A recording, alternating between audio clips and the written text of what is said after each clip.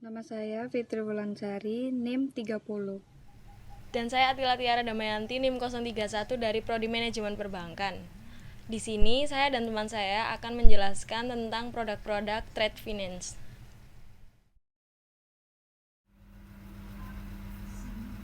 Yang pertama ada produk trade finance non-LC. Dibagi dua, ada ekspor dan impor.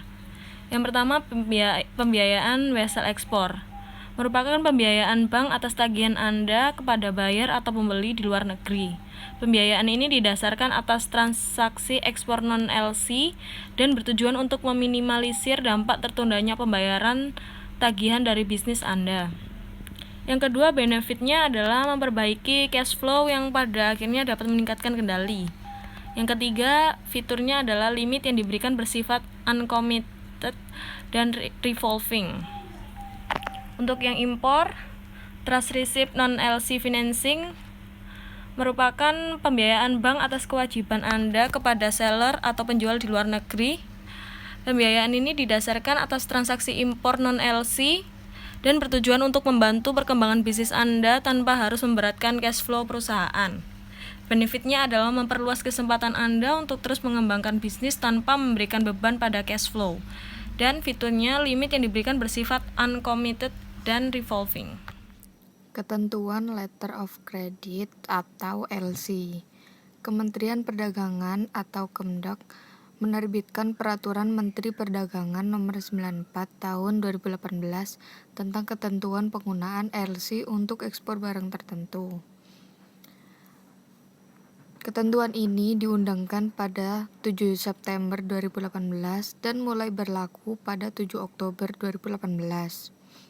4 sektor usaha yang diwajibkan menggunakan LC antara lain mineral, batu bara, kelapa sawit, minyak, dan gas bumi.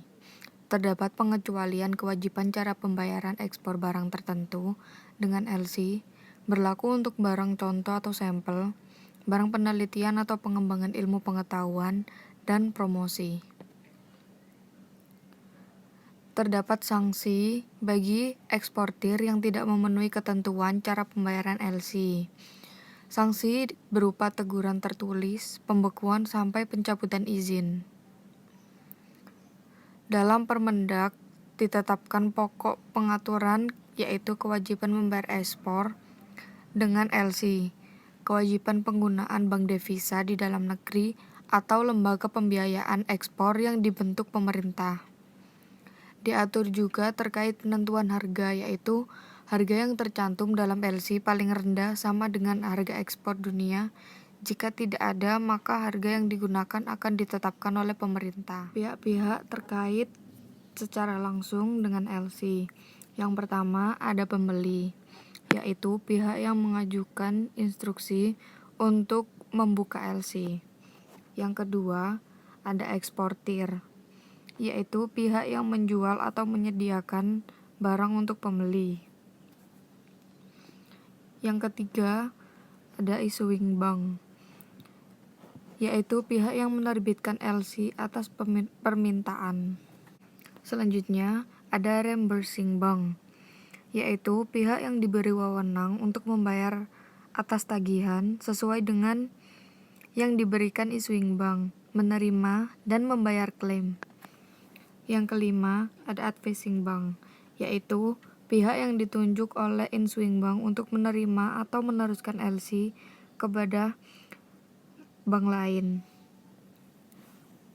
Yang keenam, ada negotiating bank, yaitu pihak yang ditunjuk oleh issuing untuk mengambil alih atau membeli dokumen sesuai syarat LC. Yang ketujuh, ada confirming bank, yaitu pihak yang turut menjamin pembayaran suatu LC yang dibuka oleh bank lain dan mengaksep vessel yang ditarik beneficiary. Yang kedelapan, ada claiming bank, yaitu pihak yang melakukan pembayaran, menjanjikan penangguhan pembayaran, mengaksep atau menegosiasi vessel berdasarkan LC dan mempresentir reimbursement klaim kepada reimbursing bank. Selanjutnya, paying bank, yaitu pihak yang ditunjuk oleh issuing bank untuk membayar kepada beneficiary sepanjang syarat LC dipenuhi. 10. Accepting bank, yaitu pihak yang ditunjuk oleh issuing bank untuk mengaksep daftar dan membayar pada saat jatuh tempo, sepanjang syarat LC dipenuhi. Yang terakhir, ada nominated bank, yaitu pihak yang ditunjuk oleh issuing bank untuk membayar atau menegosiasi atau mengaksep dan membayar atas dokumen sepanjang syarat LC dipenuhi. Pihak yang terkait secara tidak langsung dengan LC. Yang pertama, ada perusahaan pengangkutan darat, laut, atau udara, yaitu pihak yang menerima barang dari eksportir atau perusahaan ekspedisi dari suatu tempat tertentu untuk dimuat atau diangkut ke tempat tujuan tertentu sesuai permintaan pengirim. Yang kedua, ada perusahaan asuransi, yaitu pihak yang memberi jaminan atas pembayaran suatu transaksi apabila pembeli tidak melakukan pembayaran.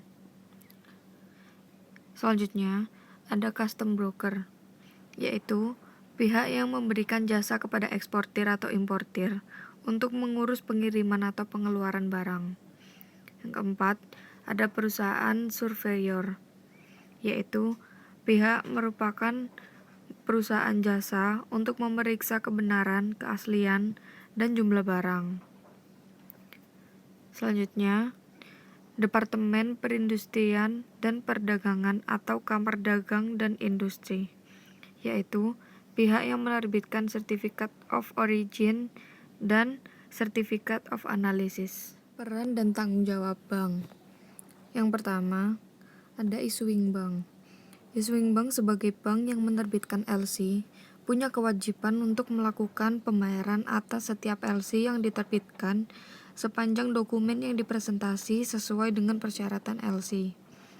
Issuing bank punya hak untuk menentukan sendiri apakah menerima atau menolak untuk membayar setiap penyerahan dokumen yang mengandung penyimpangan terhadap syarat LC, meskipun sekiranya aplikan dapat menerima penyimpangan tersebut. Yang kedua, ada advising bank. Advising bank dalam hal meneruskan LC atau perubahan LC punya kewajiban untuk memastikan bahwa LC ataupun amandemen LC yang diterima dari issuing bank atau advising bank pertama adalah benar-benar otentik. Dalam advising bank, tidak dapat meyakini otentisitas dari LC atau perubahan LC yang diterima. Maka, advising bank berkewajiban untuk memberitahu beneficiary atau advising bank kedua bahwa otentisitas LC ataupun amandemen LC tersebut belum diyakini kebenarannya. Namun, advising bank tidak bertanggung jawab terhadap bonafiditas issuing bank. Yang terakhir, ada confirming bank, yaitu bank yang ikut menambahkan konfirmasinya pada LC yang diterbitkan atau ikut menambahkan jaminan pembayaran. Confirming bank berkewajiban untuk melakukan pembayaran atau negosiasi sepanjang dokumen yang diserahkan kepada sesuai dengan persyaratan LC. Pada kondisi normal, dalam tataran prakteknya, alur dokumen suatu LC yang dikonfirmasi adalah dokumen dari negosiasi bank, diserahkan kepada confirming bank, dan selanjutnya diserahkan kepada issuing bank, sehingga alur pembayaran adalah confirming bank langsung melakukan pembayaran kepada negosiasi bank tanpa menunggu pembayaran dari issuing bank.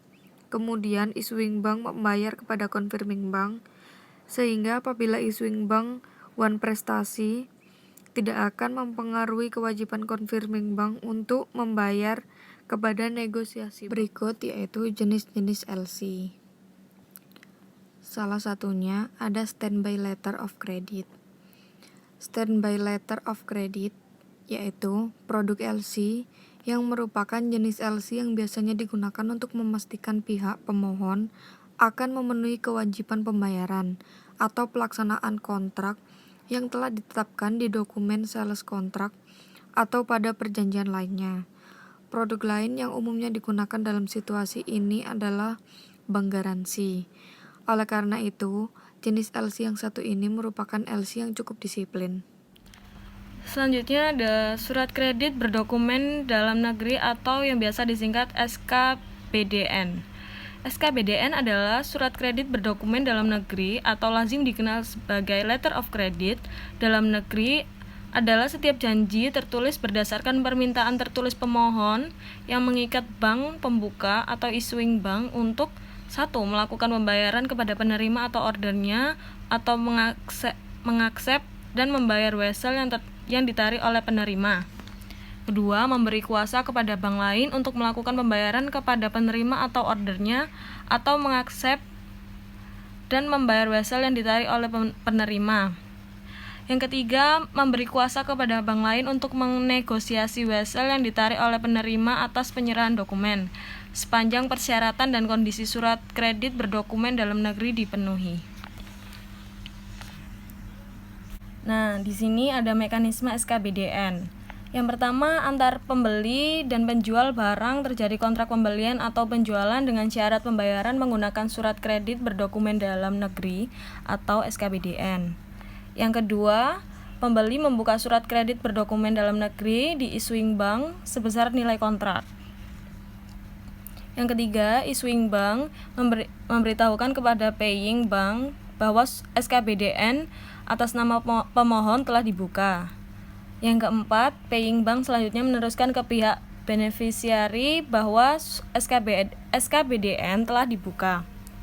Yang kelima, penjual selanjutnya mengirimkan barang yang diperjanjikan melalui perusahaan pengangkutan. Yang keenam, bukti penerimaan issuing bank memberitahukan kepada pihak bank dan kepada pihak pembeli. Yang ketujuh, bukti penerbit memberitahukan kepada bank pembayar bahwa barang telah diterima sesuai dengan spesifikasi yang tertulis dalam surat kredit berdokumen dalam negeri atau SKBDN. Yang kedelapan, bank pembayar meneruskan kepada beneficiary dan melakukan negosiasi pembayaran. Yang kesembilan, beneficiary selanjutnya menandatangani wesel yang diterbitkan bank pembayar. Yang ke-10, bank pembayar menyerahkan wesel yang diterbitkan kepada bank penerbit SKBDN untuk segera dipenuhi. Yang ke-11, bank pembayar membebankan kepada pihak aplikan untuk memenuhi seluruh setoran jaminan. Yang ke-12, bank penerbit memberikan konfirmasi bahwa seluruh dana untuk SKBDN dimaksud telah efektif. Yang ke-13 atau yang terakhir, bank pembayar melakukan pembayaran kepada beneficiary. Sekian dari presentasi kami. Jika ada salah kata dan kekurangan mohon dimaafkan. Terima kasih. Wassalamualaikum warahmatullahi wabarakatuh.